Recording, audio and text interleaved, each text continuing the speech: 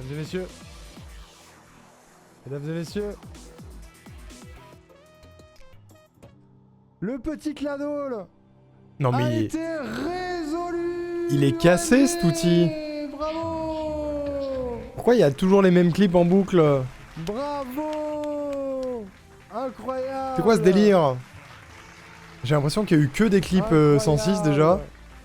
Et Est-ce plusieurs que fois les c'était mêmes. bien Attendez, j'ai pas le son du coup, j'ai coupé le son. Attends, non mais comment c'est possible? Je vais refresh ce machin, hein. C'est une cata. L'année va bien commencer. Mais ouais, courage Lily, si t'as de la fièvre, courage. J'espère que c'est pas ça. J'espère que c'est pas la grosse maladie quand même. Est-ce que c'est toujours les mêmes?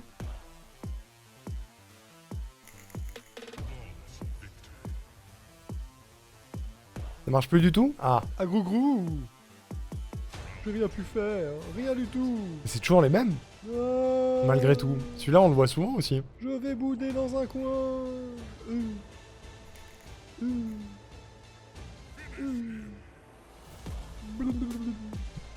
Cette gueule. Qui tape dans les murs quand il est énervé? Tellement de gens. Ne faites pas ça, hein. Non, faites pas ça. Hein. Faites pas ça. Bref, j'ai mon petit décaféiné. J'ai de l'eau. J'ai de quoi faire, chers amis. Allons-y. Allons-y, allons-y. J'ai ma petite vidéo. Elle est prête. Hop.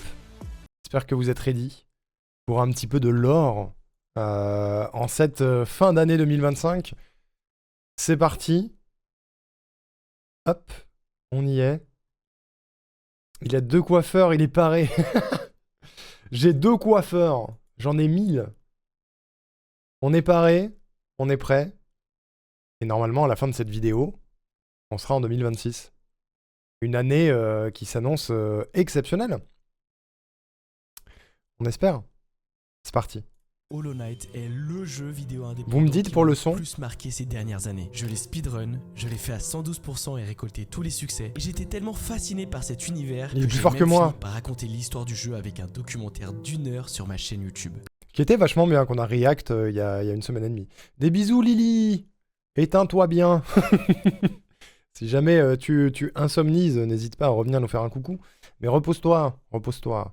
Des gros bisous. Du love. Bonne année. Bonne année en avance. Bisous.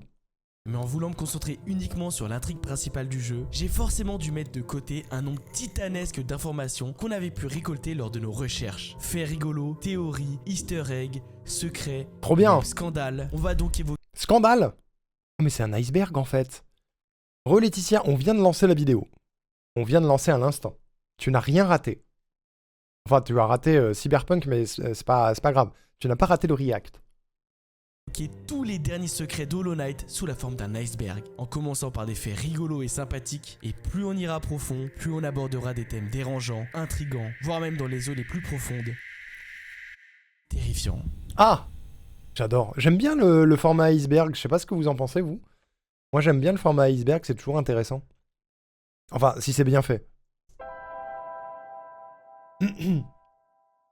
Nous voici dans le premier étage de l'iceberg, le ciel. On va ici surtout parler de tous les sujets qui n'ont pas été abordés dans ma vidéo sur l'histoire d'Hollow Knight. Je suis Donc, sûr si qu'il y a vous avez des déjà icebergs joué au d'Outer jeu, Wilds. Il y a 99% de chances que vous connaissiez déjà la majorité des sujets dont on va parler.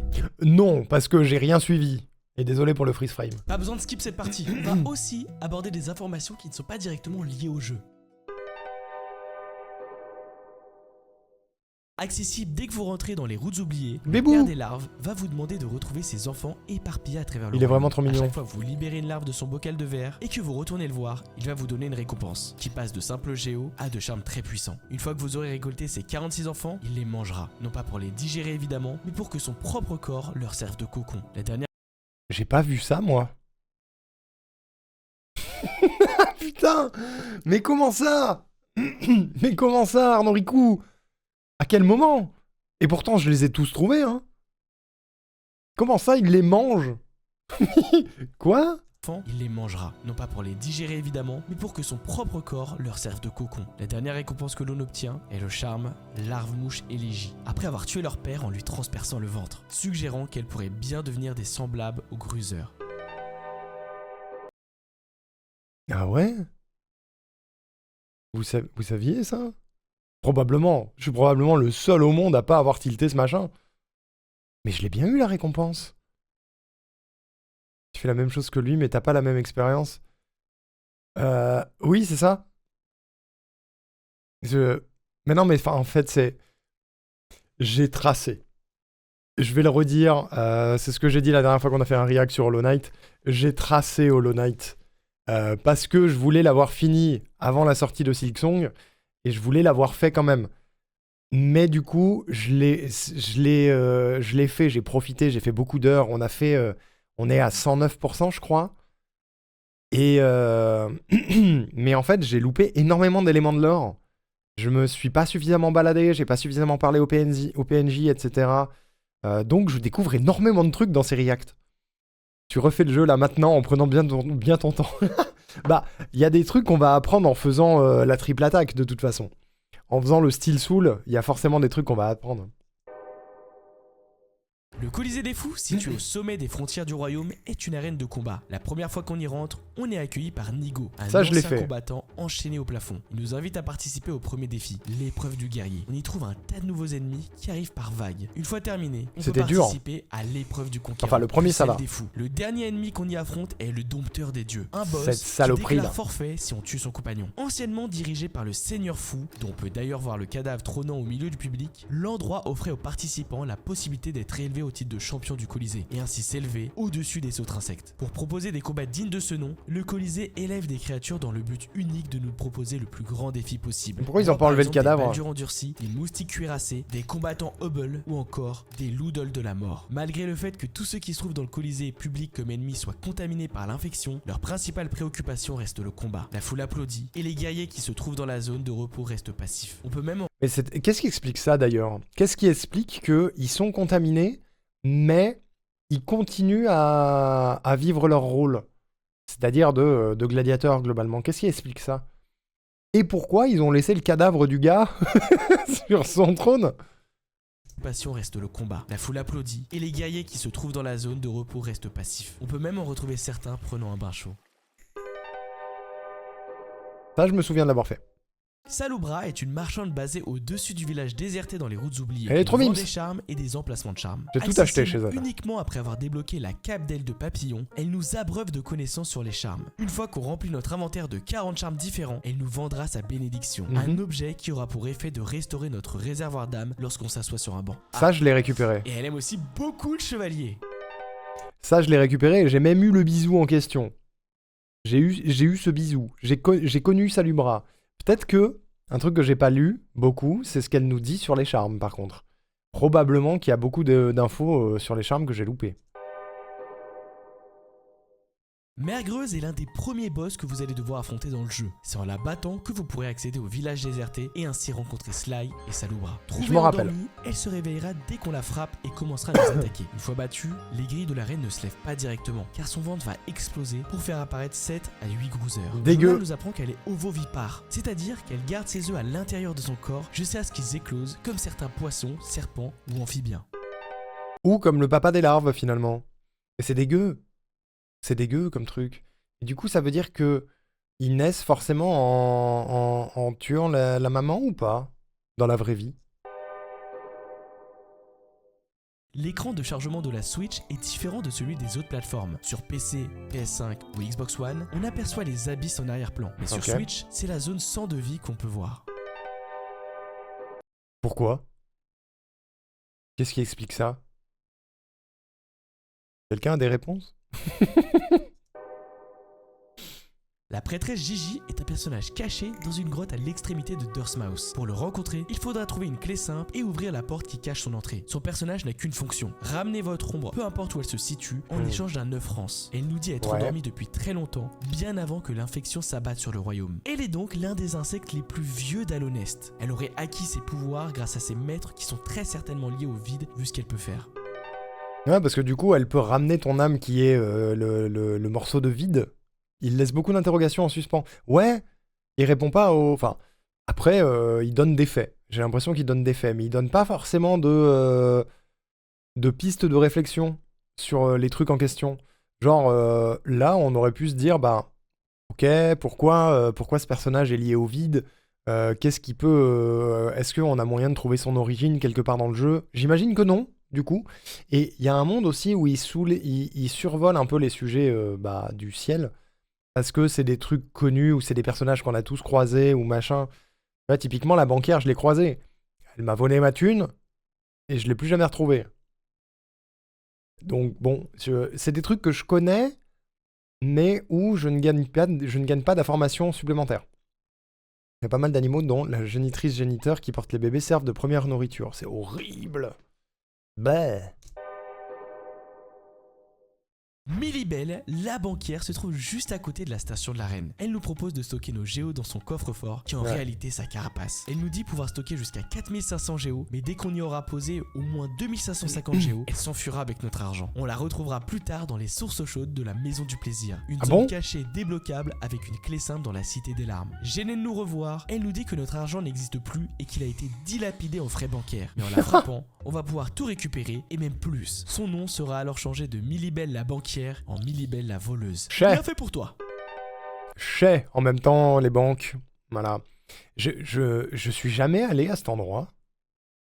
Genre la source chaude de la Maison des Plaisirs. J'y suis jamais allé.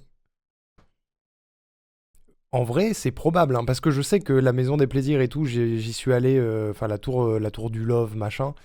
J'y suis allé bien après avoir croisé la banquière, mais je l'ai jamais recroisé, quoi. Nombre de fois qu'Arnaud dit « Ah bon ?» pendant les React Hollow Knight. Ah, c'est une dinguerie, hein. C'est une catastrophe. Putain. Un jour, je referai le platine de Hollow Knight pour parler au PNJ. Ça me ressemble tellement pas, c'est ça le problème. Le fabricant d'aiguillons est le PNJ le plus important pour améliorer notre personnage. Je l'ai buté. Il nous permet d'améliorer notre arme 4 fois en échange de géo et de minerais pâles. Un objet rare dont il existe seulement 6 exemplaires à travers l'entièreté du royaume. La première fois qu'on le rencontre, il nous prend pour une autre personne, avant de remarquer qu'il ne nous connaît pas. On n'a aucun indice sur la personne que ça pourrait être, donc on peut seulement émettre des suppositions. Hornet, Oro, Mato, Sly, ce sont tous des utilisateurs d'aiguillons qui nous ressemblent un peu. Bon, il faut avoir la vision. Quand notre arme atteint sa meilleure forme, l'aiguillon pur, il nous annonce qu'il n'a pu trouver cette perfection que dans notre lame. Euphorique, il décide de prendre l'air. On le trouve à la sortie de sa maison, au bord du précipice. Il nous fait part alors de sa dernière volonté, se faire transpercer par la meilleure lame qu'il ait jamais créée. On a ici un choix, le tuer ou le laisser vivre. Si on le tue, on accomplit sa volonté. Il va alors tomber et on pourra retrouver son cadavre flottant au milieu des ordures. Mais c'est absolument horrible. Moi, c'est ce que j'ai fait, parce que ça ressemblait un petit peu à un harakiri, tu vois. Souhait exaucé, ouais, voilà, c'est ça. Comme dans Silksong. Il m'a donné son souhait. Moi, je n'ai fait qu'accomplir sa volonté. Tout le monde m'a traité de monstre, bien évidemment. En même temps, il y avait un succès. Et il y a un succès si tu l'épargnes aussi. Voilà. Bah du coup, je vais être obligé de l'épargner dans la run Steel Soul, c'est tout. Et si on part sans rien dire, il ira trouver Sheo à Verchemin. Ils forment un couple d'artistes. Ils peignent et sculptent ensemble. On peut reconnaître un corps royal et ce qui semble être Ogrim, le défenseur bossy. Attends, c'est vrai? Mais si on part sans rien dire, il ira trouver cette image. Peins-moi comme une de tes françaises. Voilà. Épargner quelqu'un à côté de la banque, c'est un signe. Elle est bien. Mais il n'y a pas la banque à côté. Il y a des gens qui courent dans la rue et qui font du bruit. Vous croyez que c'est la fête aujourd'hui? Je sais pas. Pas pour rien que beaucoup disent qu'Hollow Knight est une allégorie du suicide. Oui, franchement, oui. Et Zot, tu l'avais sauvé? Oui, j'avais sauvé Zot. J'avais sauvé Zot. J'ai regretté, mais je l'avais sauvé. C'était pas la carapace de la banquière? Non, c'est la banquière, elle est pas au même endroit. La banquière, elle est... Il l'a dit tout à l'heure, j'ai oublié. Mais lui, il est pas au même endroit que la banquière. Mais Sheo à Verchemin. Ils forment un couple d'artistes. Ils peignent et sculptent ensemble. On peut reconnaître un corps royal et ce qui semble être Ogrim, le défenseur bousier. C'est trop mignon! C'est vrai que c'est très mignon. J'aurais mieux fait de pas le tuer. Emilitia est un personnage un peu caché. Pour la trouver, il faut emprunter un chemin caché par des murs cassables jusqu'à se trouver dans sa petite maison. Je l'ai trouvé, Emilitia. Je l'ai trouvé. On lui a parlé 30 secondes.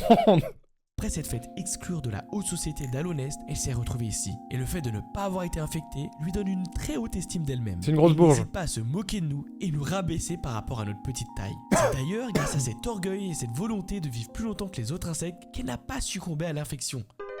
Attends, quoi? Tu veux dire que pour ne pas succomber à l'infection, faut être une connasse? C'est ça la morale? Faut avoir envie d'écraser les autres et d'être supérieur pour survivre? C'est une morale de merde. Les racines murmurantes sont au nombre de 15. Dispersées à travers le royaume, si vous les frappez avec l'aiguillon de rêve, elles vont se disperser d'essence que vous devrez ramasser une par une. J'adore. Une fois que vous avez récupéré toutes celles d'une racine, elle va grandir et donnera maintenant de courtes lignes de dialogue. Celle de la frontière du royaume nous donne par exemple Tombe sacrée, en référence au cadavre du Wyrm, Terre cendrée pour décrire l'environnement, et Naissance du royaume, montrant que c'est ici que le roi Pal est né, le créateur du royaume d'Alonest. Ah bah ça, je découvre, tu vois. Que même les arbres, on peut les taper avec l'aiguillon, il se passe des trucs. Oh, c'est honteux. C'est honteux. Nosk est le boss le plus flippant du jeu. Oh, il est Déjà, horrible. La première fois qu'on le rencontre, il est notre sosie. C'est après l'avoir suivi pendant un petit moment qu'il va révéler sa véritable identité. Ah oui, c'est Dans vrai. son arène, on peut voir tous les cadavres de ses anciennes victimes. Grâce à la description anglaise du journal du chasseur, on apprend qu'il peut lire dans les esprits et voler nos souvenirs. C'est de cette manière qu'il prend d'autres apparences. On peut donc en déduire que l'un des vaisseaux pendus nous a déjà vus. Il possède aussi une deuxième forme, Nosk ailé. Inspiré du concept art original, il apparaît dans le Panthéon d'Alonest avec cette fois-ci le masque d'Hornet.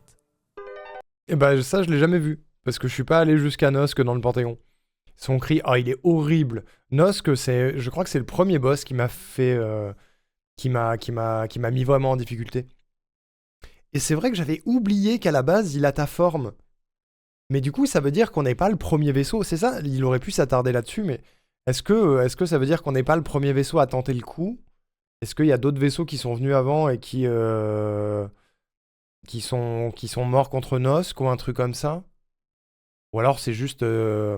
Parce que, de ce que je comprenais, la dernière fois, et dites-moi si je me trompe, notre chevalier, c'est un des seuls vaisseaux à avoir réussi à quitter les abysses et à quitter Alonest jusqu'à son retour pour prendre la place du Hollow Knight. Mais qu'il n'y en a pas 12 000 des vaisseaux qui ont réussi à s'en sortir et qui n'étaient pas corrompus. Donc c'est qui ces cadavres-là et comment ils sont arrivés là, tu vois? Lui, je l'ai pas fait. Le succès de fin de Monsieur Champignon, la fin d'une ère, est le seul possédant plus de 2 couleurs. Tous les autres ont une palette duochrome. Ok.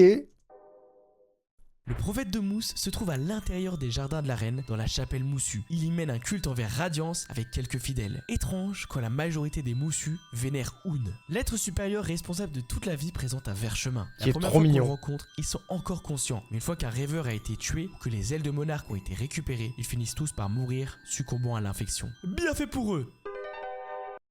Comment tu peux le comprendre, ça, j'imagine, avec l'aiguillon des rêves? Parce que je me souviens de l'avoir croisé, ce gars-là, qui se passait rien, qui me disait rien. Donc j'avais pas tilté, surtout que je connaissais pas Radiance à ce moment-là, j'avais pas tilté qu'il vénérait Radiance. Et je me souviens qu'à un moment ils sont morts, mais du coup ça sert à quoi de vénérer Radiance si c'est pour mourir? Bon, après la religion...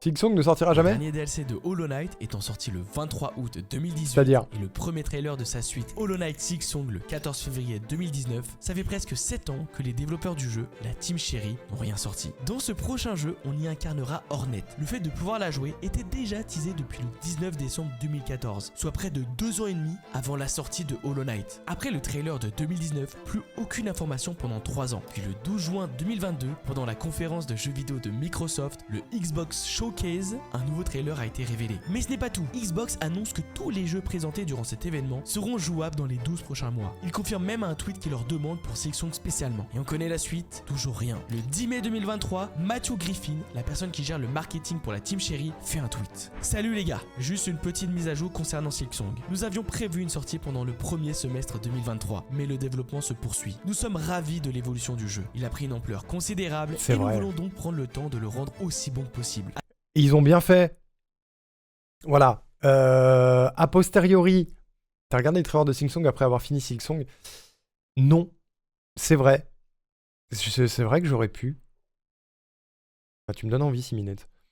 On va attendre de finir cette catégorie, mais ils ont bien fait de prendre le temps et de pas le sortir en 2023, parce que du coup, ils ont pris le temps de vraiment kiffer leur développement et vraiment y aller à fond et faire un jeu extrêmement vaste.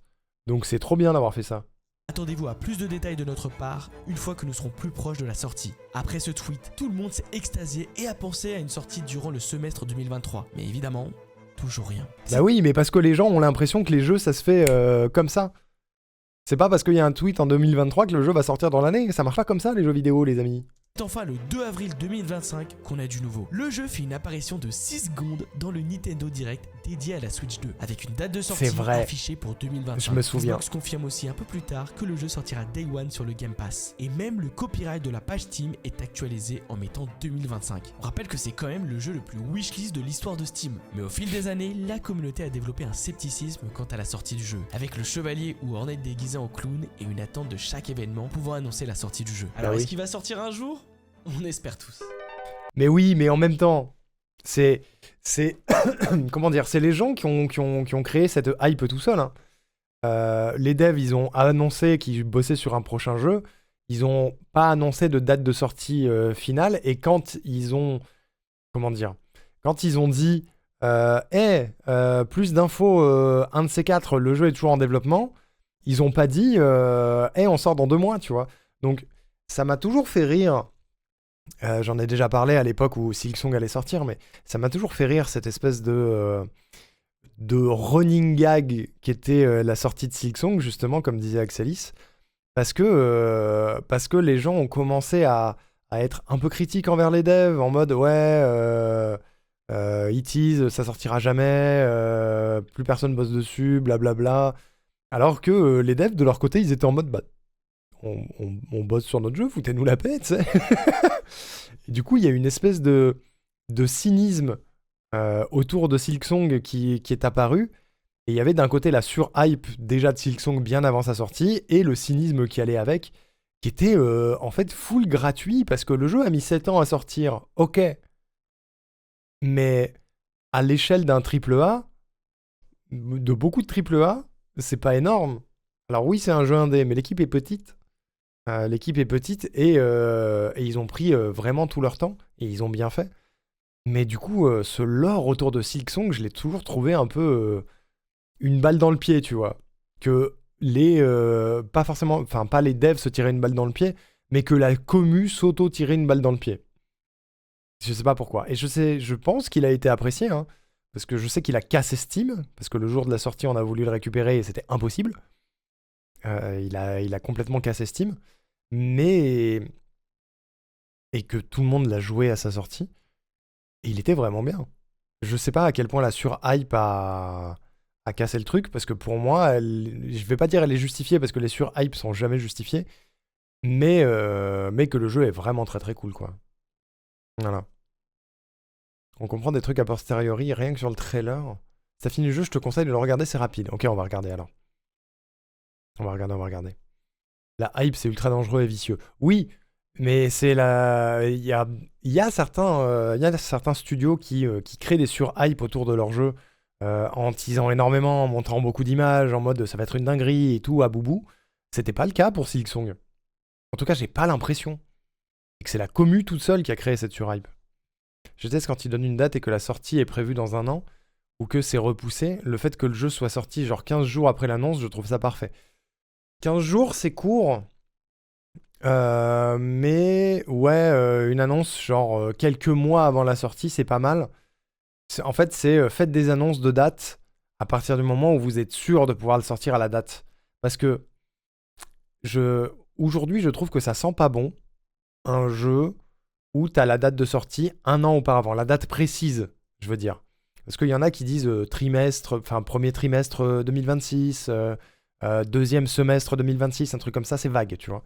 Mais quand il y a une date précise 1 an avant, ça veut dire que le jeu, il est pas fini au moment où l'annonce est faite, et que du coup, il va falloir, de un, soit cravacher et ou cruncher pour finir la prod avant le terme, soit ils vont repousser parce que le jeu sera pas terminé. Ou alors, ils visent très large et le jeu sera fini et aura un long moment de polish derrière.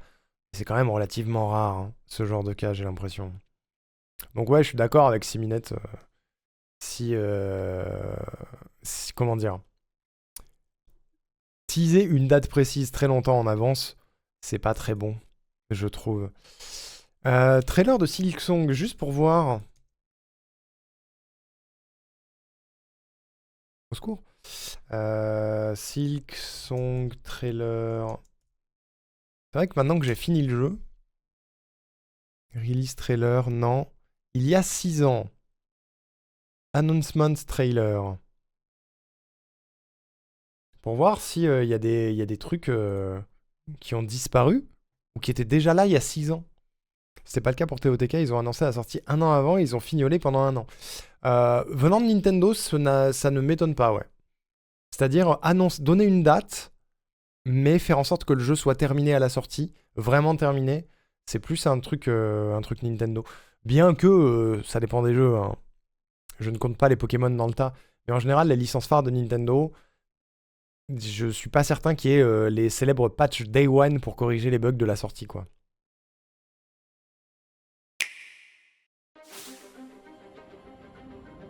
Ça y était déjà. Ah, c'était dans le jeu, ça.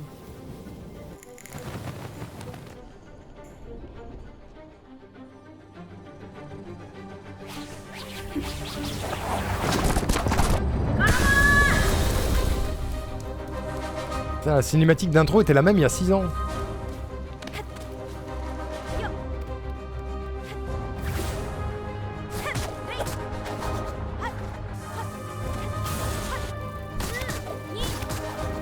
Putain, les mécaniques étaient déjà là, hein. Certains boss, certains ennemis.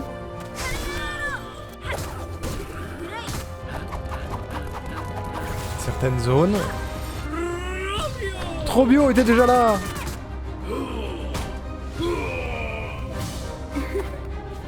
Lace était déjà là. Carmelita était là. Ah, la voix de Sherma a changé.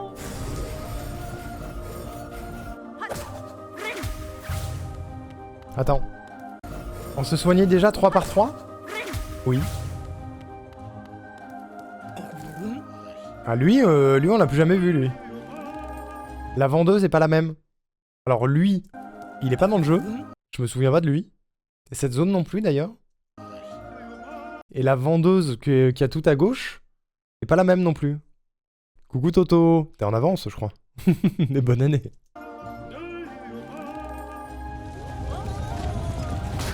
Ah, ça c'était déjà là. Le druide était déjà là.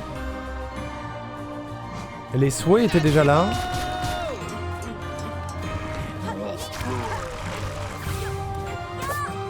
Les outils étaient déjà là. Les emblèmes aussi.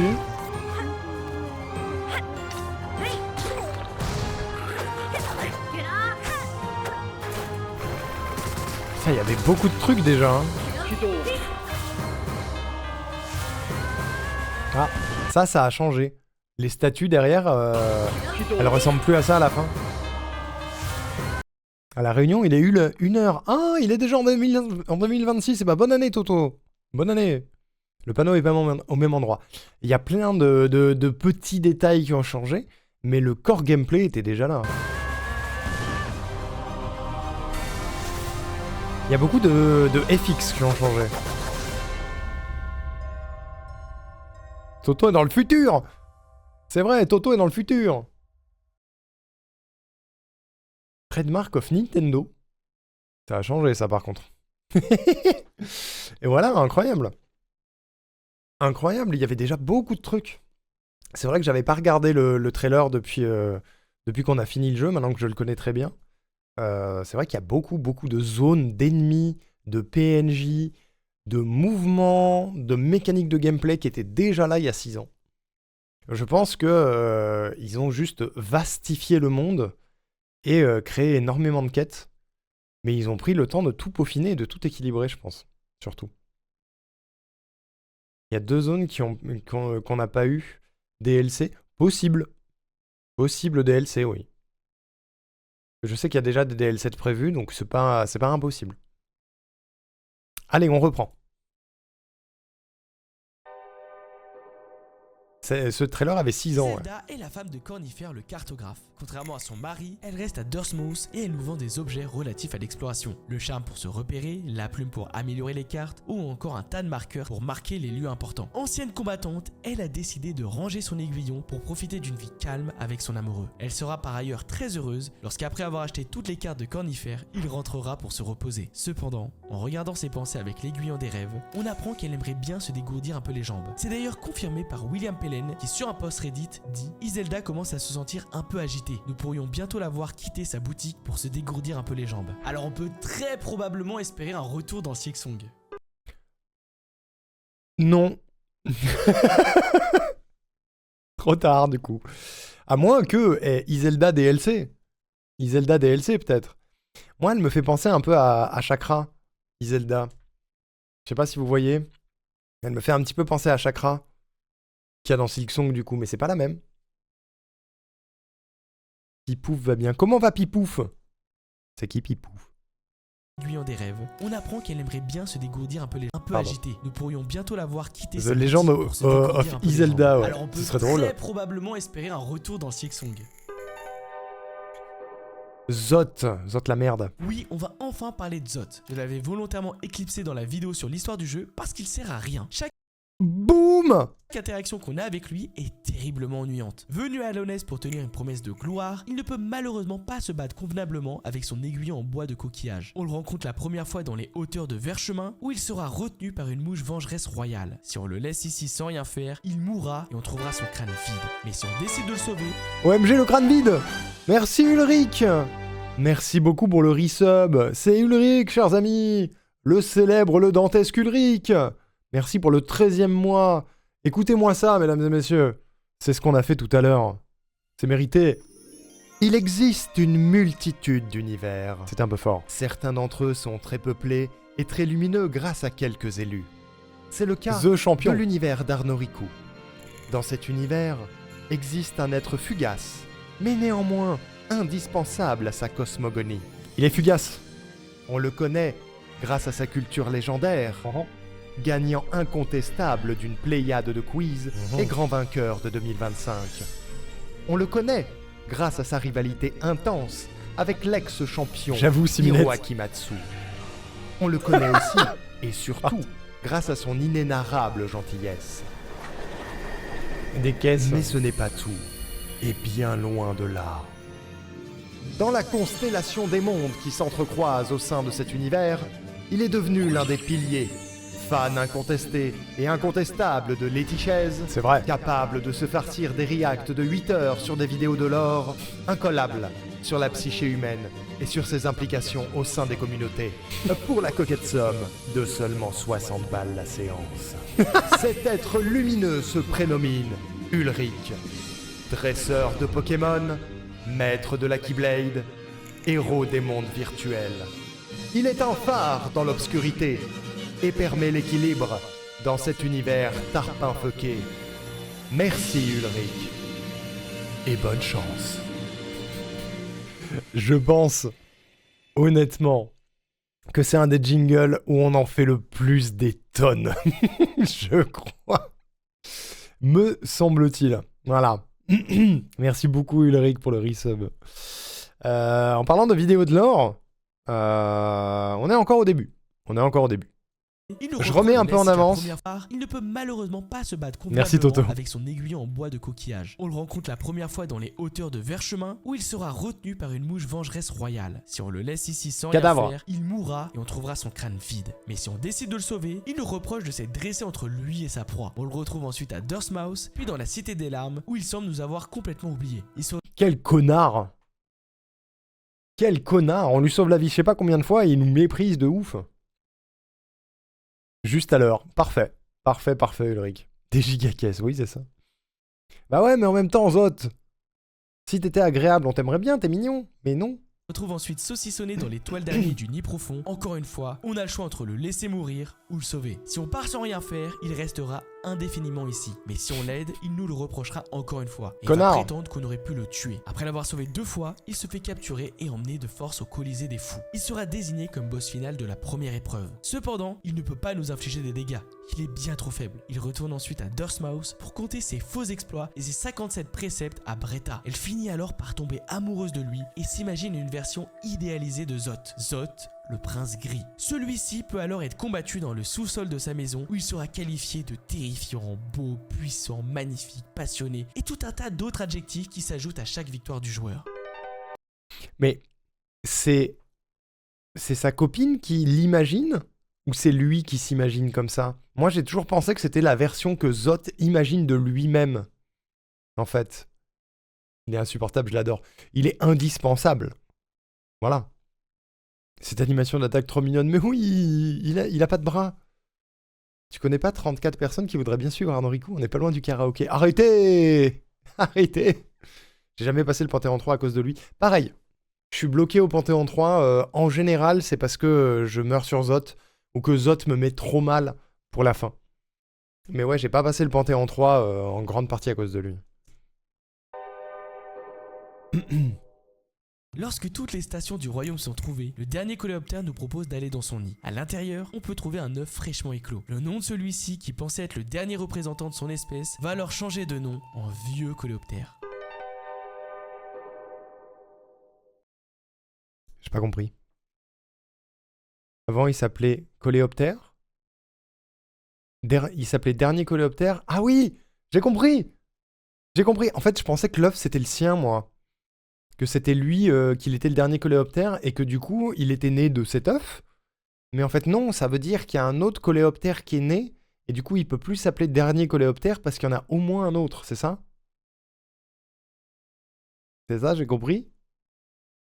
Eh, je suis malin, hein.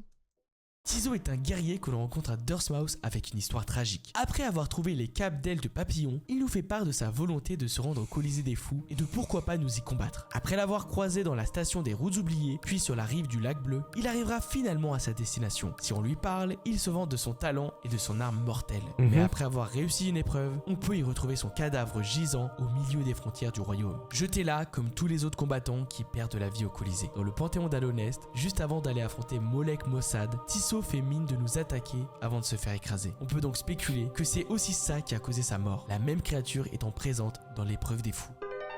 Mais quoi? Je découvre! Il est mort, lui! J'ai jamais vu son cadavre. C'est marrant, ce lore est marrant. Oui, 58 heures, Ulrich, oui. Tout à fait. Tout à fait. Absolument. Oui, oui. Oui, oui, oui. Au moins 5 jours, quoi. Voilà, voilà. Ça arrive. Dans ce genre de cas, ceci peut arriver. Oui. Oui, oui, oui, oui. Si on ne veut pas combattre le faux chevalier, on peut casser le mur à gauche de son arène pour sortir. Cependant, vous ne pourrez pas rentrer dans la capitale et vous devrez utiliser des chemins peu conventionnels pour y arriver. Ah ouais, on peut ne pas le tuer. Je savais pas.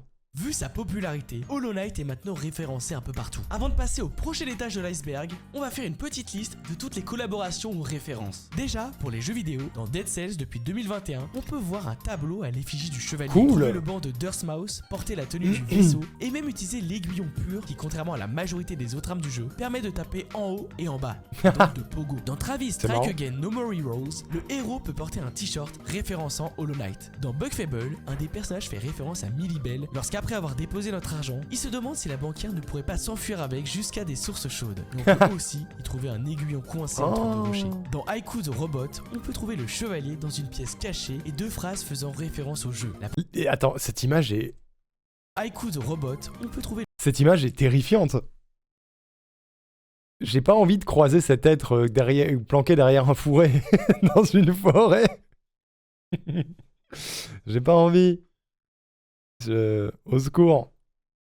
le chevalier dans une pièce cachée et 2 phrases faisant référence au jeu. La première citant les mots du roi pâle au Hollow Knight. Et la deuxième demandant si Silksong est enfin sorti. Dans Transformis, on peut porter C'est la moche. couronne de Radiance. Et enfin, Oh. Cornifère fait une apparition en tant que marchand dans l'Amuluna 2. Mais le jeu n'a aucun buzz, alors j'ai pas pu trouver des images pour vous le montrer. Ensuite, le chevalier a Waouh.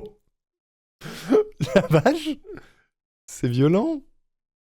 Le pauvre jeu que j'ai jamais entendu parler, effectivement, mais... Wow.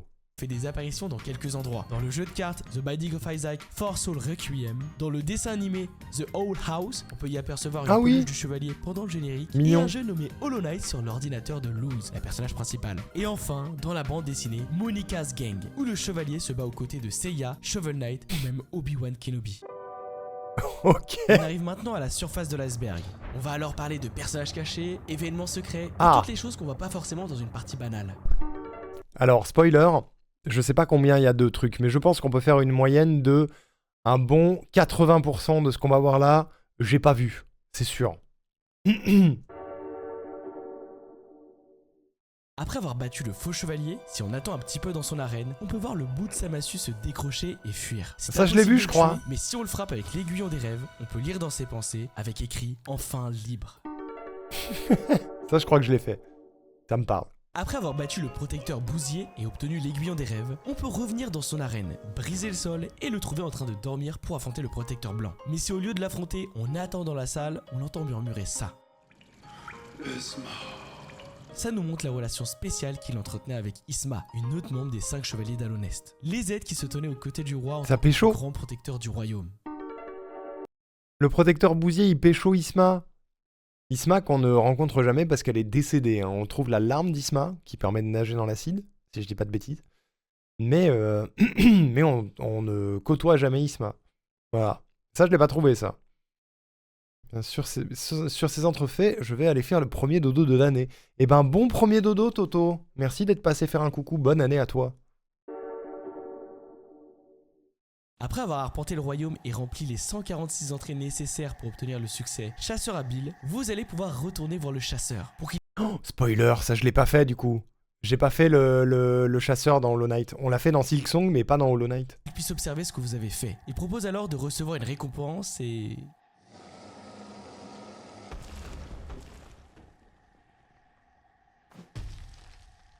Comme la première fois qu'on le rencontre, il fait mine de nous attaquer. Mais non, il nous récompense simplement avec la marque du chasseur et on peut enfin voir sa véritable apparence.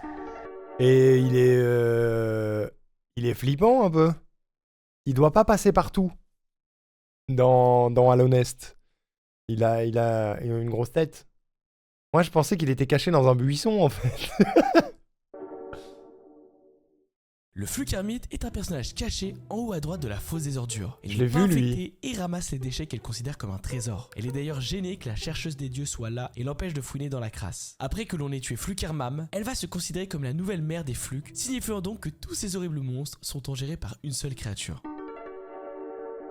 Ça je savais pas. Mais j'ai déjà rencontré ce perso. Je me souviens, je crois, d'avoir vu ce perso, il me semble.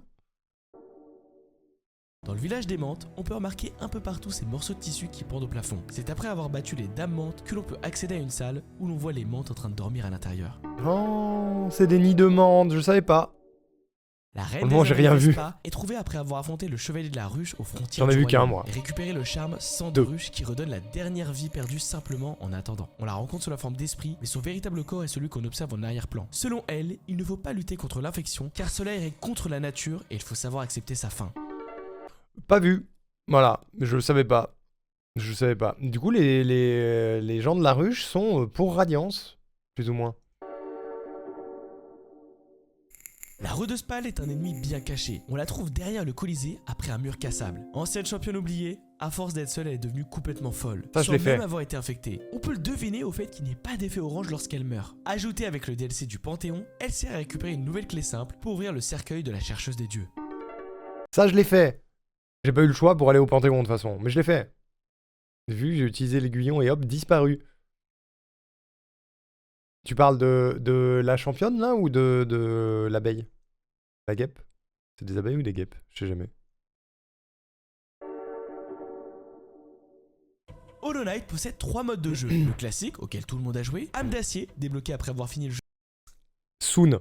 une première fois. Celui-ci intègre la mort définitive. Dès que vous mourrez dans un endroit qui n'est pas un rêve, sauf le palais blanc et Radiance, la partie se termine et vous ne pouvez plus la relancer. C'est comme le mode hardcore dans Minecraft, vous mourrez, la partie est supprimée. Et enfin le mode chercheur des dieux. Déverrouillé après avoir terminé les 3 premiers panthéons, il nous fait commencer le jeu directement dans la maison des dieux. Le chevalier possède tous les sorts, toutes les capacités et tous les charmes dès le début, ce qui permet de se concentrer uniquement sur le combat. Ici, contrairement à une partie classique, la chercheuse des dieux nous connaît déjà et nous appelle Dieu des dieux, en référence au fait que l'on soit le seigneur du vide. La véritable apparence du chevalier qu'il prend pour tuer Radiance après avoir unifié le vide sous son contrôle.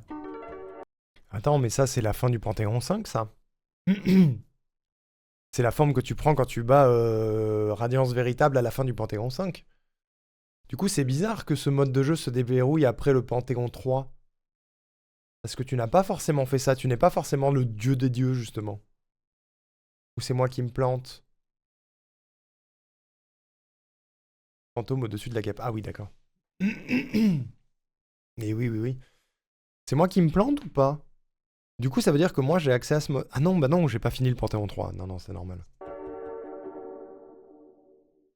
Jean est un PNJ remplaçant Gigi dans le mode âme d'acier. Étant donné que l'on ne peut pas revivre, celle-ci aurait été inutile. Elle a donc été remplacée par Jean, qui elle nous offre des géos en échange des offrances pour qu'elle puisse les donner à son ami. On peut en déduire que Gigi est toujours là, mais qu'elle n'apparaît juste plus. En échangeant avec elle, on apprend qu'elle n'ose pas parler d'elle, qu'elle se considère trop jeune. La seule chose qu'elle nous révèle est qu'elle n'obéit plus au roi pâle et qu'elle a d'autres maîtres maintenant. Elle reconnaît d'ailleurs une similitude entre eux et le chevalier après qu'on ait récupéré le cœur du vide.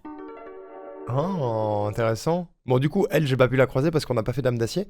Mais oui, du coup, c'est logique qu'elle remplace l'autre. Vu que l'autre te permet de récupérer ton âme. Là, on n'a pas de notion d'âme, on est mort. C'est pas con. Tuc. Tuc est un gros insecte qui fouille les voies d'eau royale à la recherche de quelqu'un censé s'excuser. En mode classique, elle nous vend des offrances à l'infini en échange de 80 à 100 géos. Mais quoi? Mais pourquoi? J'ai jamais vu cet insecte immense. Je l'ai jamais vu. Mais c'est qui?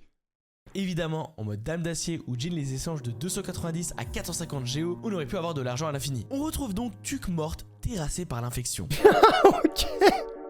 Jamais vu non plus, mais dinguerie. La sage-femme est très bien cachée dans le nid profond, trouvable derrière un mur cassable assez amical au premier abord. Ouais, elle, je l'ai vue, elle, par contre.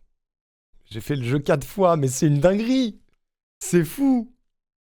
C'est fou. Et je suis sûr que Will, il le connaît, ce perso, c'est évident. Non, mais... Bon, par contre, la sage-femme, je l'ai vue, et je crois que son visage s'ouvre. Mais qui n'hésitera pas à nous attaquer après avoir échangé quelques phrases. Elle est d'ailleurs le seul PNJ à pouvoir nous attaquer sans être un ennemi. Sauver Klaus, ça, j'ai fait, ça. Dans ma vidéo sur l'histoire du jeu, on a suivi Klaus de sa rencontre avec le chevalier jusqu'à sa mort contre le seigneur traître. Cependant, elle peut survivre si on prend une décision assez illogique. Il suffit de ne pas aller la sauver dans le bassin ancestral, on la retrouve alors épuisée et découragée à l'entrée de la station de tramway abandonnée dans le nid profond. Après nous avoir dit qu'elle irait chercher un défi moins terrifiant, on la revoit faire la sieste à Durstmouth juste à côté de Sly. Elle nous remercie d'avoir été une source d'inspiration et décide d'aller braver une nouvelle région à la recherche de son amie Nola. Elle partira un peu plus tard et qui sait, elle pourrait revenir dans la suite Hollow Knight Silksong. Non. Du coup. Mais moi, j'ai sauvé Klaus, du coup. En fait, j'ai découvert après, par beaucoup de gens, que Klaus pouvait mourir. Enfin, que c'est le truc normal, c'est le déroulé normal que Klaus meurt. C'est terrible. Très chiérocodé de la sage-femme. Un peu, ouais. Un petit peu. Je pense que c'est peut-être une ref, en vrai.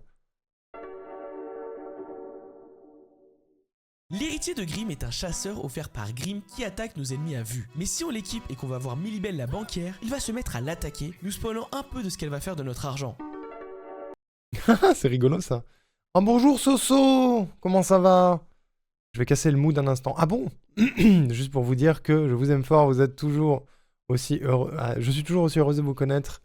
Arnaud, je voulais te remercier pour tout. D'être toi, tu es une magnifique personne, je pense que tu le sais. Non, mais c'est gentil. Je fais de mon mieux, juste. C'est adorable.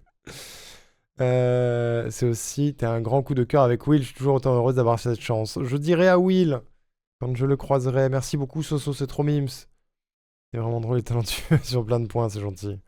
Une gentillesse débordante. Je fais de mon mieux. Je fais de mon mieux. Arrêtez, madame, arrêtez. Merci aussi à tous d'être si étincelants. Ça, c'est vrai. Fini l'année seul mais rempli d'amour grâce à vous. J'espère que l'année prochaine vous apportera beaucoup de bonnes choses et d'accomplissements. Encore merci. Arnaud d'être si adorable. J'étais beaucoup absente à cause de ma connexion, mais mon cœur est toujours ici. Du love, Soso, t'inquiète, tu passes quand tu peux, quand tu veux, bien sûr. Bien sûr, t'es vraiment adorable. T'es trop mime, j'espère que ça va aller. Si ta connexion le permet et que tu veux pas passer le premier de l'an toute seule, on est là. On est là jusqu'à un peu plus de minuit. Et coucou Orion, bonne année à toi, j'espère que tu vas bien. J'espère que tu vas bien. Attendez, chers amis, le message de Soso est trop mignon. Ça mérite un Soso. Ça mérite un jingle Soso. Dans le monde sombre Bien et sûr. implacable de Twitch City, Trop mime. est apparue du profond de la nuit une justicière que rien n'arrête. Après avoir perdu la vie en glissant sur une peau de banane, Un max et de avoir cœur été pour Soso. léchouillée par un chaton, elle est revenue d'entre les morts avec une nouvelle mission. Son fouet inéluctable et sa détermination féline en ont fait une héroïne d'un nouveau genre. Son objectif, dealer un max de love dans les chats respectifs. Ses amis l'appellent Soso Catwoman. Oui. Ses ennemis appellent les renforts. C'est Soso, merci beaucoup Soso, prends soin de toi. Prends soin de toi.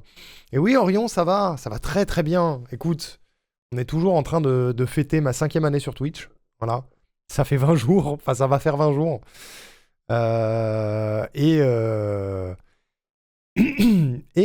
vient de se prendre aujourd'hui un raid qui a rajouté 50 heures dans le compteur. Donc on est encore là pour un petit moment. Voilà. Donc c'est chouette. On s'amuse bien, on est sur un React Hollow Knight. Un PLS, j'ai pas le son, mais je vous aime. Des cœurs, j'envoie des cœurs à Soso, un max de cœurs. Fiu, ouais. On a eu un raid de 900 personnes en début de journée. Du coup, ça a rajouté beaucoup de temps. Voilà. Mais c'est chouette, on est au moins là une semaine supplémentaire. Voilà. Donc, installez-vous.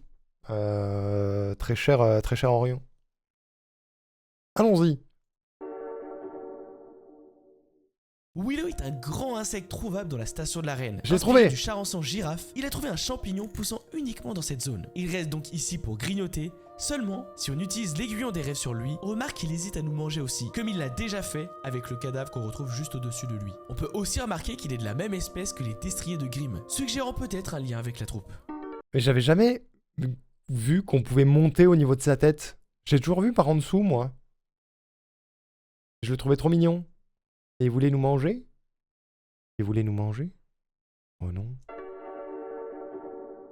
Pass of Pain, bien sûr. J'ai déjà rapidement abordé ce passage dans ma première vidéo, mais il y a encore beaucoup de choses à dire. Considéré comme l'une des choses les plus difficiles dans ce jeu, cet endroit du Palais Blanc nous amène jusqu'à la cinématique entre le Hollow Knight C'est pas et le le pire. Roi Pâle. Sauf que pour y arriver, comme son nom l'indique, il va falloir souffrir. Si vous le faites d'un seul coup sans mourir, ça va vous prendre à peu près 5 minutes. Mais évidemment, personne n'y arrive du premier coup. Ça va donc vous prendre plusieurs heures pour connaître et réussir chaque mouvement à la perfection. Dit comme ça, on pourrait croire qu'il faut tout réussir d'un seul coup, mais non.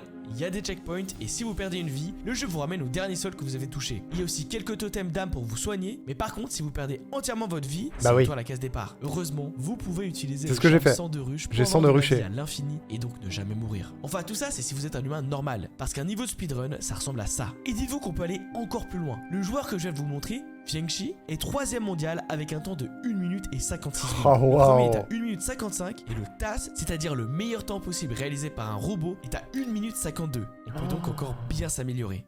Putain, il est à 3 secondes du TAS, c'est badass. Hein. Moi j'ai vu Shakawa le faire à Interglitch, c'était stylé.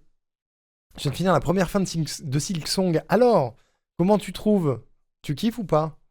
Est-ce que tu passes un bon moment?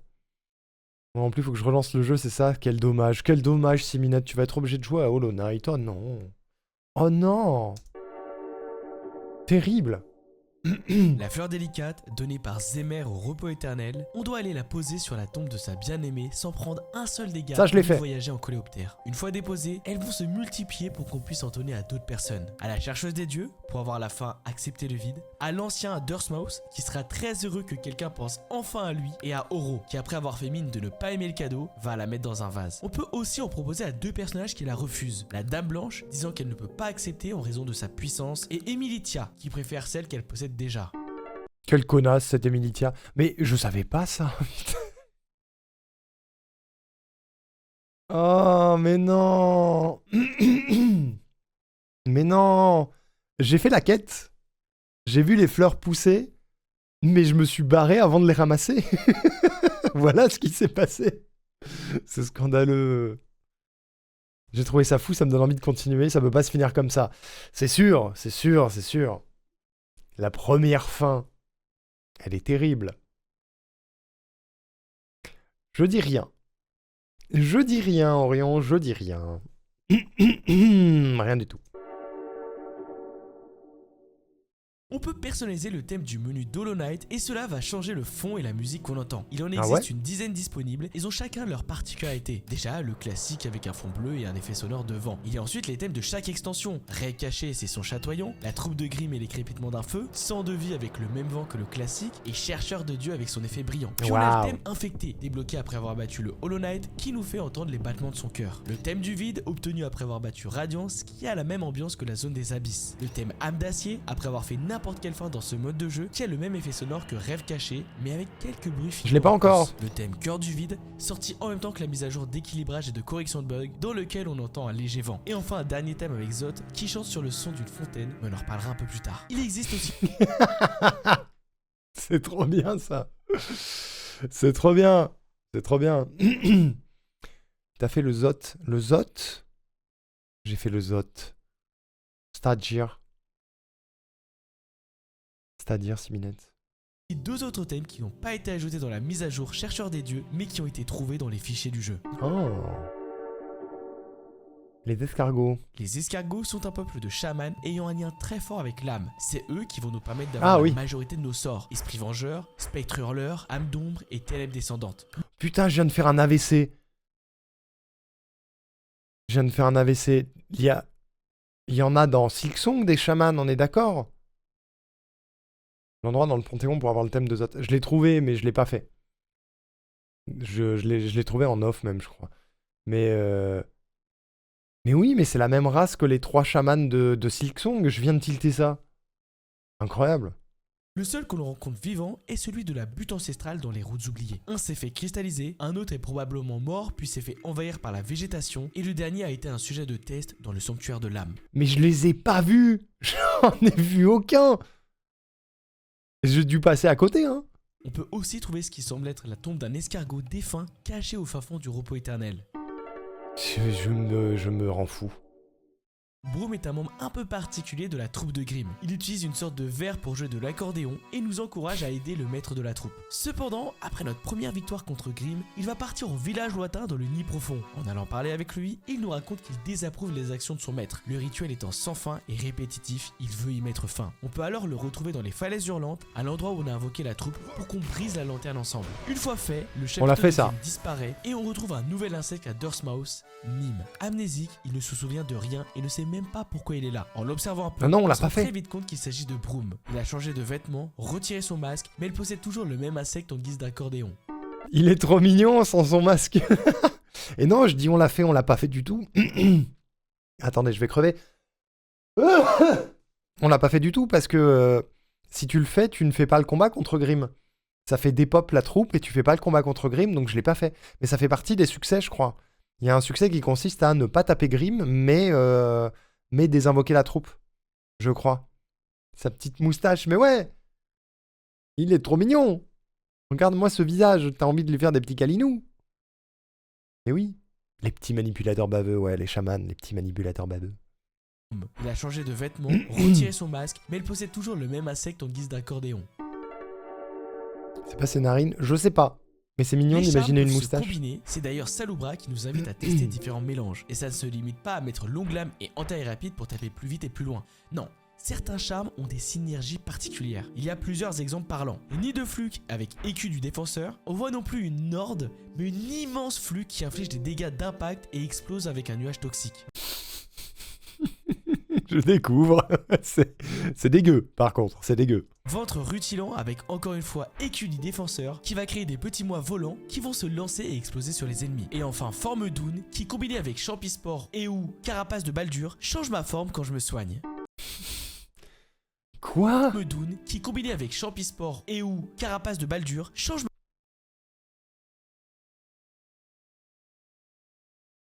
Vous le saviez ça? Est-ce que vous avez déjà vu ce sprite du chevalier? Alors oui, c'est dégueu. Mais... Mais quoi?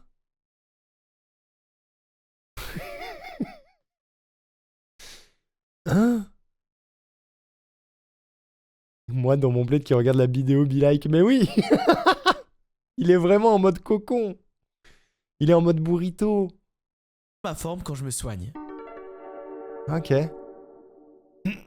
Mange-Pattes et Divine sont deux PNJ qui fonctionnent ensemble. Le premier va nous vendre des charmes cassables, Cœur Fragile, qui nous rajoute des masques de vie supplémentaires, Avarice Fragile, qui augmente le nombre de géos qu'on trouve, et Force Fragile, qui améliore les dégâts de 50%. Tous ces charmes sont cassables, c'est-à-dire que si on meurt en les portant, ils vont se briser. On devra alors retourner les acheter auprès de Mange-Pattes. Cependant, on peut les rendre indestructibles en les donnant à Divine. Je l'ai fait ça. Demander respectivement Elle les chie. 9000, 12000 et 15 000 géos pour les rendre incassables. On va donc la voir, elle mange notre charme, on la paye et elle rejette la version parfaite de notre objet. Elle chie.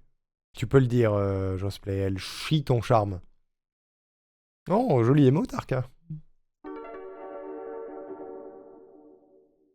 Le collectionneur est un boss trouvable dans la Tour de l'Amour, une zone fermée à clé dans la Cité des Larmes. Il est obsédé par le fait de protéger les créatures qu'il croise et pour ça il va les enfermer dans des bocaux en verre. C'est d'ailleurs lui qui dispersera les larves à travers le royaume. On le sait grâce à sa carte qu'on obtient après l'avoir battu qui nous révèle toute leur position. Il leur voue d'ailleurs une sorte de culte que l'on remarque en trouvant dans une salle cachée contenant la larve de Vitruve. Mais non.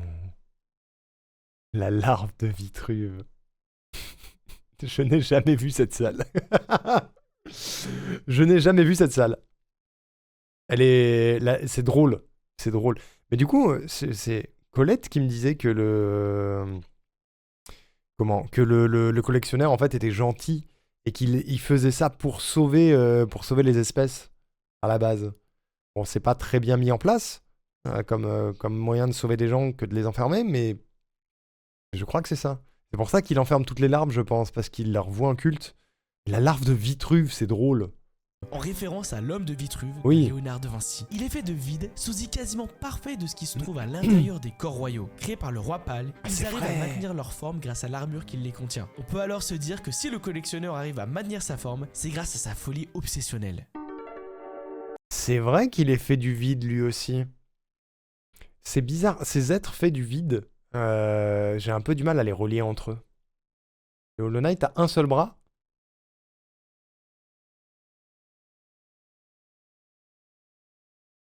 Maintenant que tu le dis. Pendant notre combat contre le Hollow Knight dans l'œuf noir, on peut voir qu'il ne possède uniquement qu'un seul bras, sa cape cachant ce qui se trouve de son côté gauche. Pourtant, on peut voir que son ombre et le vaisseau pur en possèdent deux. On peut donc suggérer que c'est l'infection qui l'a fait tomber. C'est dégueu. Mais oui, effectivement, il a qu'un bras. Les eaux claires. Ah. On arrive maintenant à l'étage des eaux claires. Si vous connaissez déjà les informations qui sont dans cette partie, vous pouvez vous considérer comme un joueur aguerri d'Hollow Knight. Alors, ce sera pas mon cas. Et effectivement, on était sur un 80% de je connais pas. Donc là, je pense qu'on va être sur un 92-95% de je connais pas. Très probablement.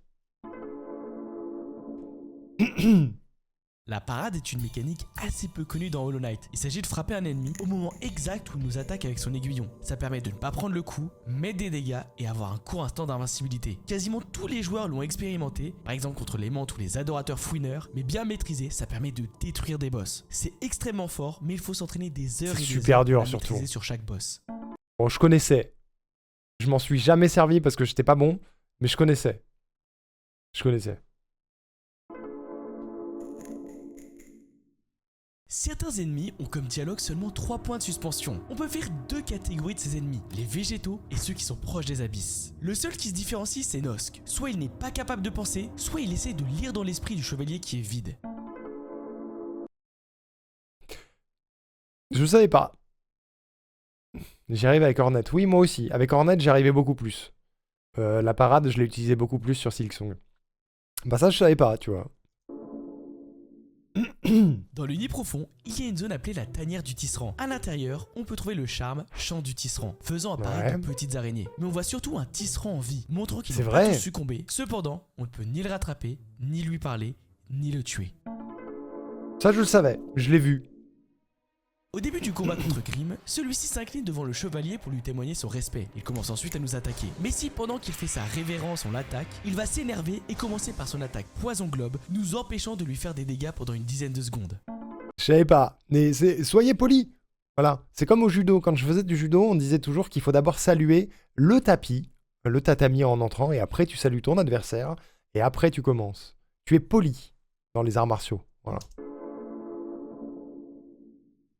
Pour débloquer un panthéon, il est nécessaire d'affronter les boss qui le composent dans le jeu de base, sauf quelques exceptions. La mouche vengeresse royale sera dans le panthéon du maître même si on ne l'a pas battu, et le faux chevalier si on a cassé le mur aussi. Pareil pour le dompteur des dieux dans le panthéon du grand maître, Zod le prince gris n'y apparaîtra d'ailleurs pas si on ne l'a pas vaincu ou qu'on a laissé Zod mourir, et enfin Putain, j'aurais tellement dû le laisser crever, j'aurais passé le Panthéon 3. dans le panthéon du chevalier, les boss des rêves apparaîtront même si on ne les a pas déjà vaincus. La ruche n'est pas un DLC. Ah bon? Attends, quoi? La ruche était dans le jeu de base? Mais non. Je l'ai tapé tellement de fois à l'avance, j'ai dû apprendre à le saluer. Tu m'étonnes. Il y a une sorte d'effet Mandela autour de la ruche dans Hollow Knight. Énormément de personnes pensent que cette zone a été rajoutée avec un DLC, ce qui n'est pas le cas du tout. Mais la confusion est possible car avec 100 de vie, la ruche a été modifiée. Les lumières ont été refaites, le placement des ennemis amélioré et des alvéoles, meubles et bibliothèques ont été ajoutés. Putain, j'ai subi un effet Mandela d'un jeu que je connaissais pas. J'ai toujours cru que la ruche faisait partie d'un DLC, on m'a toujours dit ça. C'était une zone DLC qui était arrivée avec le premier DLC. Il ment? Vous croyez qu'il ment? On en avait déjà parlé dans ma précédente vidéo, mais on va ici analyser un peu plus en profondeur ce qui se passait dans le sanctuaire de l'âme, On une nous zone ment. extrêmement étrange pour les nouveaux joueurs. A l'origine, ceux qui peuplaient cet endroit étaient des érudits, cherchant des moyens d'élargir leur esprit et d'atteindre ce qu'ils appellent l'éveil véritable. Ou en d'autres mots, le fait de devenir des êtres supérieurs, immortels et capables de résister à l'infection. Mais lorsque l'infection arriva sur Halonest, ils se mirent à chercher à remettre dans l'âme l'énergie animant les insectes. Pour ça, ils sacrifièrent une quantité inimaginable de vie dont on peut trouver les corps gisant à même le sol. Ils ont aussi capturé le chaman escargot pour acquérir ses connaissances. C'est d'ailleurs sûrement de cette manière que le maître d'âme a obtenu la capacité Élan Ravageur. Ces recherches n'ont pas été sans danger pour eux non plus, transformant les échecs en erreurs et en folies. Ceux qui n'ont pas su maîtriser cette nouvelle source d'énergie ont reçu de nouveaux pouvoirs. Les tourmenteurs de l'âme peuvent se téléporter et lancer des orbes téléguidés. C'est vachement Les guerriers bien. de l'âme ont augmenté leur capacité de combat et les manipulateurs voltaïques se téléportent et maîtrisent l'électricité. Malgré le fait que le roi pâle se soit opposé à ces recherches, le maître de l'âme refusa de l'écouter, bien trop obstiné par sa quête d'immortalité et par l'infection qui se frayait doucement un chemin dans son esprit. Car oui, même s'il a approché l'immortalité, pendant notre combat, je rappelle qu'il revient à la vie une fois, cela C'est n'a vrai. pas empêché la maladie de le contaminer. On peut l'observer grâce au dialogue que nous révèle l'aiguillon des rêves. Est-ce que leurs âmes ont approché de la lumière? Mais qui fait ça par contre? Qui fait ça? Qui utilise l'aiguillon des rêves en cours de combat? Vraie question. Parce que, enfin, tu sais, tu te mets vachement en danger, il y a un délai de ouf pour le faire, et tu prends forcément des dégâts, non? Ou il y a que moi? Parce que tu peux le faire sur tous les ennemis, visiblement, ils ont tous du dialogue. Aïe. La lumière est en radiance et l'infection évidemment. Le fixeur, ça je connais, c'est dans Cyberpunk ça. Le fixeur est un insecte qui a pour rôle de réparer les panneaux. Il a Je connais 2% ça. de chance d'apparaître après que l'on ait cassé le panneau des routes oubliées juste en dessous du puits de Dorksmouth et que l'on ait quitté la zone. Dès qu'il nous aperçoit, il prend la fuite. Alors pour débloquer son entrée dans le journal, il faudra rentrer dans le puits en utilisant soit Élan Ravageur, soit Ténèbres Descendantes. Après avoir été tué, le panneau restera détruit à jamais et l'accès à sa maison dans le village oublié sera débloqué. Oh merde, je savais pas ça par contre. Oh, je savais à moitié, je savais qu'il existait, mais je savais pas qu'il faisait partie du journal. Ça veut dire que pour compléter le journal, tu dois spammer l'élan ravageur, je sais plus si c'est ça, dans le puits jusqu'à l'avoir débloqué. Je l'ai vu une fois. Moi, je l'ai pas vu. Du coup, je l'ai jamais vu. Je savais qu'il existait parce que je l'ai vu dans des vidéos, mais je l'ai jamais vu. À l'intérieur, on trouve un tableau de lui, des outils de réparation et son journal. On peut y lire qu'il est très heureux que les gens cassent les panneaux car ça lui permet de s'améliorer. Il était aussi à 2 doigts de faire sa déclaration à Berry, qui est une autre raccommodeuse. Mais on l'a tué et le panneau restera détruit pour toujours. Nous sommes des monstres. Mais alors ça, par contre... Le chevalier, il a vraiment zéro race. Hein. Il a aucune âme, hein, le machin. Le machin, il a aucune âme, c'est pas possible. C'est tout ce qui est butable, il le bute. Encore dans... J'avais un petit peu moins cette sensation dans Silksong que tu butais tout ce qui bouge. Tout ce que tu butes dans Silksong, c'est... Enfin, il y a une raison, j'ai l'impression. Dans Hollow Knight, il y a plein de persos que tu butes parce que tu es vide. Parce que tu veux taper. Voilà. Et ça fait partie du 100%, quoi. Je trouve ça ouf. Je trouve ça incroyable. Attendez, je vais changer de batterie. Je suis à vous.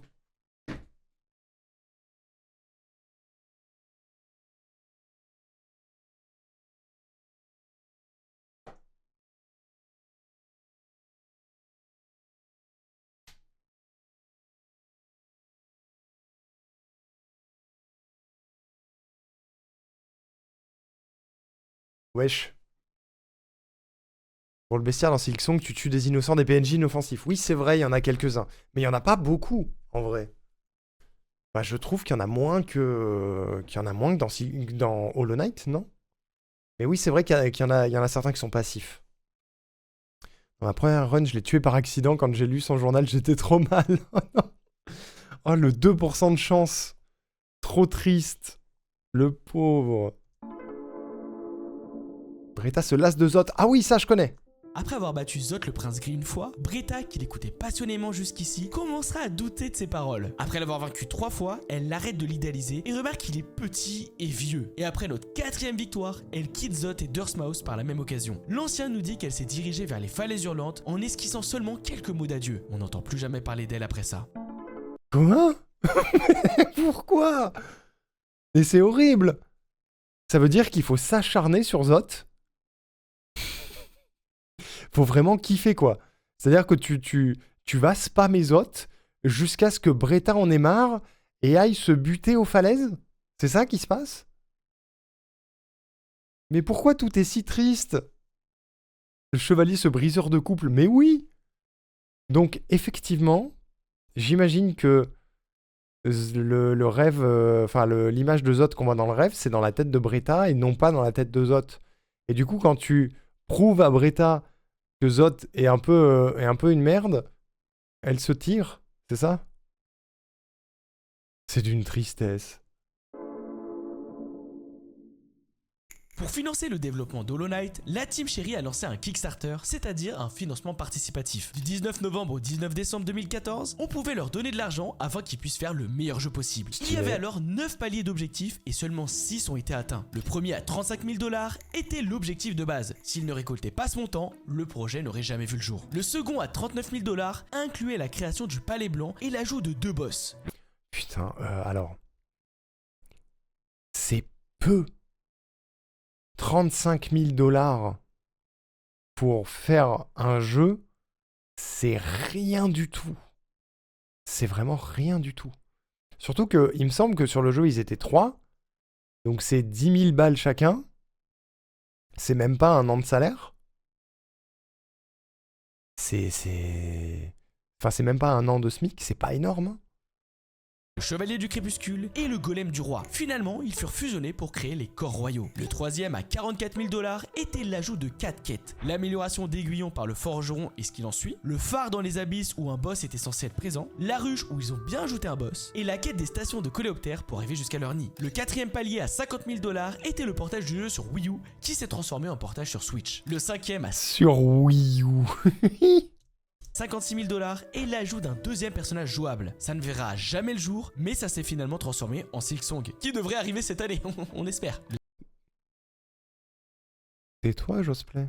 C'est arrivé, c'est arrivé. Le sixième palier à 62 000 $ promettait le Colisée des Fous, un mystère qui est lié, et 4 nouveaux boss. Au final, on sait pas vraiment ce qu'il est advenu de ce mystère, ni des boss, hormis peut-être le dompteur de Dieu. On arrive maintenant aux objectifs qui n'ont jamais été atteints. À 68 000 $, on aurait pu jouer Zot. À 75 000 $, il y aurait eu un portage sur PlayStation Vita, une console sortie 6 ans avant le jeu, pas sur son... Mais pourquoi faire? Mais pourquoi sur PS Vita? Pourquoi? Pourquoi pas sur PS4 à l'époque? À moins que c'était déjà fait, non? Sur PS Vita. Depuis combien de temps vous avez pas entendu parler de la PS Vita?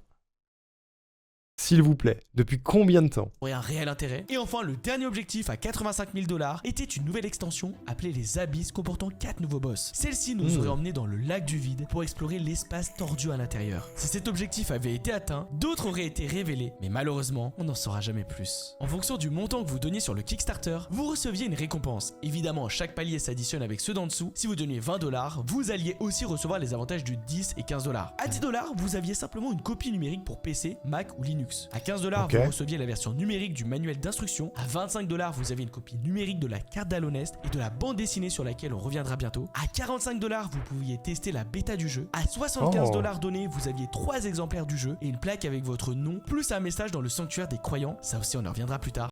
Le quoi? Le sanctuaire des... Hein? Quelle est cette zone? Allô? Entre la Wii U et la PS Vita, en fait, c'est le réveillon 2016. Mais oui, de fou. De zinzin. Attends, mais... Il va y revenir. Mais j'espère. 3 exemplaires du jeu et une plaque avec votre nom, plus un message dans le sanctuaire des croyants. Ça aussi, on en reviendra plus tard. À 150 $, vous pouvez avoir votre fantôme dans la clairière des esprits. À 2 Ça, je le savais. Ça, je le savais. J'avais la ref. T'es sûr d'avoir fait le jeu? Oui, oui. Je peux le prouver. Je peux le prouver. Il y a les VOD et tout. 200 $, vous aviez 5 exemplaires du jeu, vous apparaissez dans le jeu en tant qu'esprit guerrier et vous receviez une aquarelle originale du chevalier. À 400 $, vous aviez 8 exemplaires du jeu, vous pouvez créer un personnage dans le jeu, recevez une aquarelle de celui-ci et du chevalier. À Ah, ce perso-là, il a été créé via ça. Oh. 600 $, vous aviez 10 exemplaires du jeu, vous pouviez concevoir un boss et recevez une aquarelle de celui-ci et du chevalier. À 800 $, Concevoir un boss? Mais comment ça marche? C'est-à-dire que comment dire? Le boss, il prend ton nom? Ou tu conçois les mécaniques du boss? Du coup, ça veut dire qu'il y a un type qui a donné de la thune et qui a créé ce putain de scarabée à la con dans le Colisée, là? Et ils l'ont tué, oui. vous aviez la même chose plus la conception d'un donjon. Et enfin, à 1200 $, vous pouviez créer un village caché avec son propre thème. À partir de 150 $, Putain, la vache! C'est du taf, hein. 1200 $, bon, c'est un SMIC. Mais c'est littéralement créer une nouvelle zone, quoi. Donc il promettait un sacré boulot quand même, hein. Ça se fait pas en 2 jours, hein. C'est pas mal leur contrepartie, je trouve. Être fan et avoir une maladie incurable. Ouais. Ouais, il y a eu ça, hein.